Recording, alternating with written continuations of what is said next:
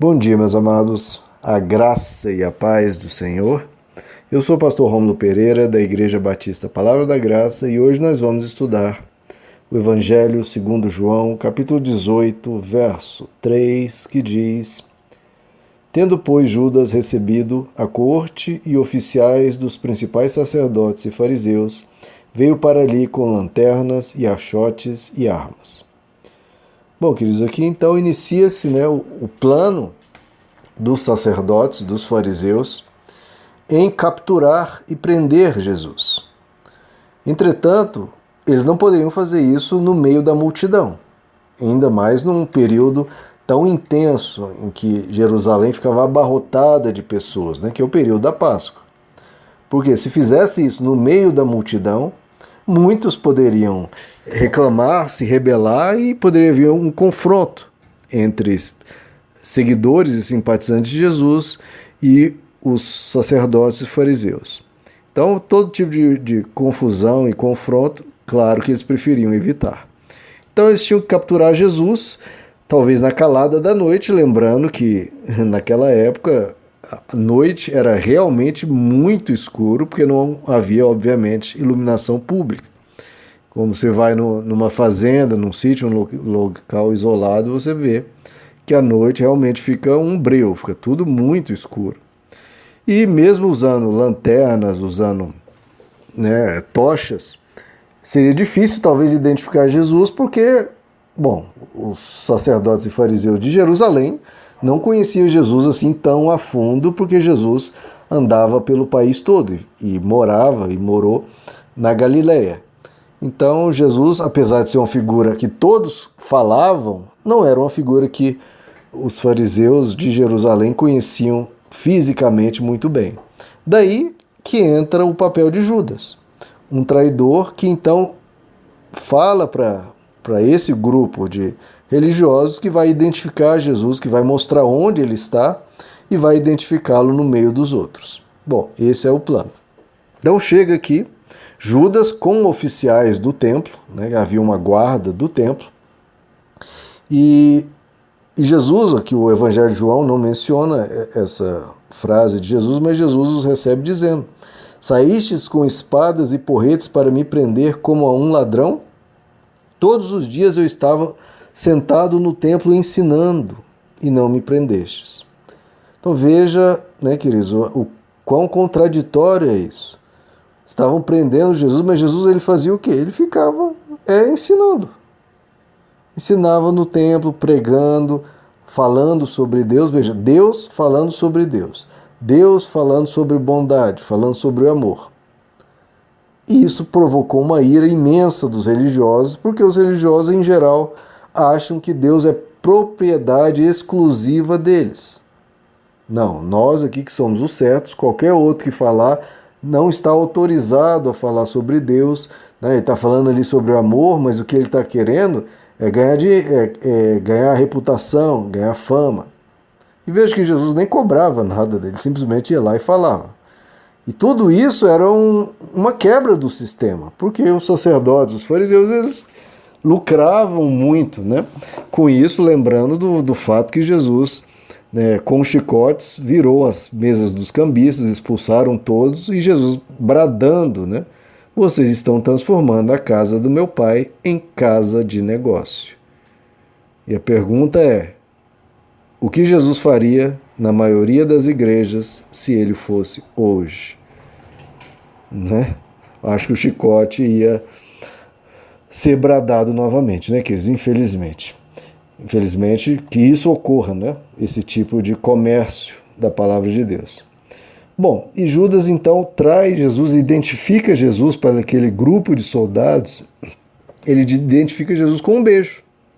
Ele fala, olha, aquele que eu beijar, esse é Jesus. Aí vocês o prendem. E Jesus, em resposta a isso, lá em Lucas 22, ele diz a Judas, Judas, com um beijo traz o Filho do Homem?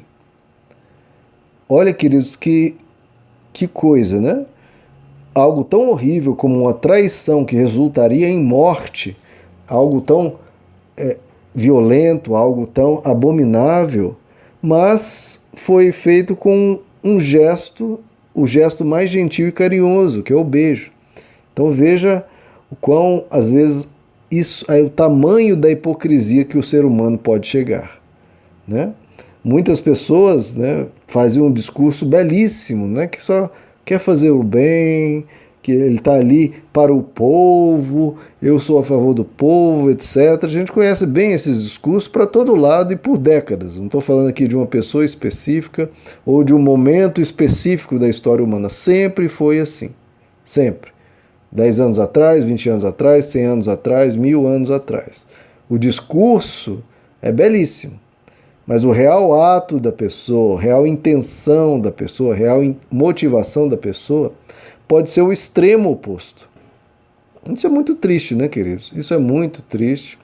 E a gente, por isso que Jesus tanto diz, vigiai, cuidado com os falsos profetas. Por quê?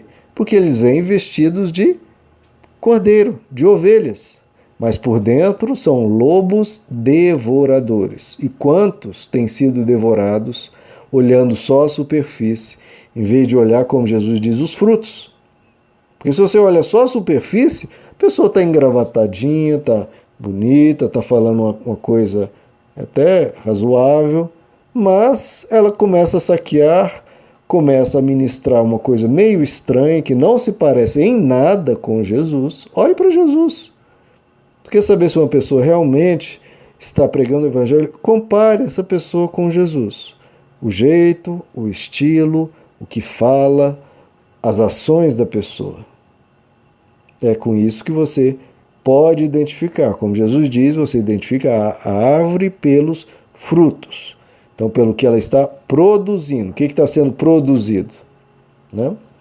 Agora, algo que é muito importante para nós, queridos, em Jesus, veja, ele recebeu um beijo, recebeu uma traição tão horrenda, mas a maldade do outro não perverteu Jesus. Isso é importantíssimo, queridos, porque muitas pessoas desejam fazer o bem, desejam ser pessoas melhores a cada dia, só que ao ver a maldade toda cercando a pessoa, e a pessoa vendo só ela meio que sendo a trouxa, né, sendo a boba, todo mundo sendo esperto, entre aspas, roubando, mentindo, tirando proveito dos outros, explorando, abusando, e só ela ali, às vezes sofrendo, sendo vítima desses abusos, e ela não devolvendo na mesma medida. Jesus poderia ter devolvido na mesma medida, poderia ter feito, abandonado os discípulos, que os discípulos o abandonaram. Bom, se me abandonaram, eu vou abandonar. Mas Jesus não era controlado pelas atitudes do outro.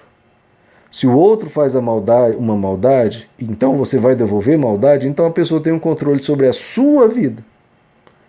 Porque se o diabo ou uma pessoa quer fazer você se tornar mal, basta fazer uma maldade a você. Então muitas pessoas são marionetes na mão do diabo, porque se o diabo quer que você peque, é simples, basta ele fazer uma pessoa te ofender. Basta ele fazer uma pessoa mentir para você e você descobrir, e aí você vai ficar tão irado que vai começar a ofender, vai começar a tratar mal, vai começar a brigar. É isso que Jesus diz.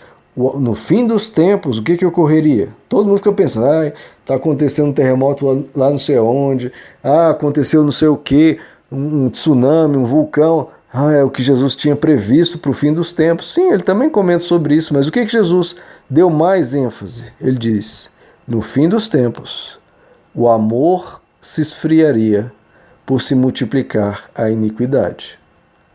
Esse é o principal sinal. O amor se esfriando, as pessoas perdendo, né, o interesse pelas outras, se tornando cada vez mais egoístas. E por que o amor se esfriou? Jesus diz, porque se multiplicou a iniquidade. Ou seja, a pessoa é cercada de mal por todos os lados e aí ela resolve, quer saber? Eu vou fazer o mal também.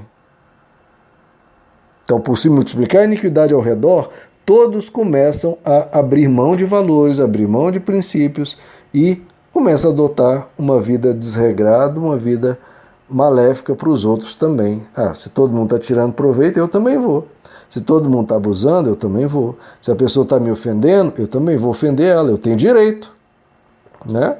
Esse é o pensamento do mundo. Isso não é o pensamento do Evangelho. O Evangelho, você vence o mal com o bem. Porque não tem como vencer o mal com o mal. Se você tenta lutar, vencer o mal com o mal, quem vai ganhar, obviamente, é o mal. Porque um lado está fazendo mal, o outro também, então só tem mal. Você só vence o mal com o bem. Então, esse é o princípio do Evangelho. A gente vai responder o ódio, a perseguição, com o quê? Com oração e com amor. É o que Jesus diz. Ouviste que foi dito, odiai os que te odeiam, mas é isso que vos digo. Amem os vossos inimigos e orem por aqueles que vos perseguem, porque assim sereis filhos do vosso Pai Celeste. Jesus fez isso aqui e fez isso sempre. Meus amados, que Deus os abençoe. A graça e a paz do Senhor.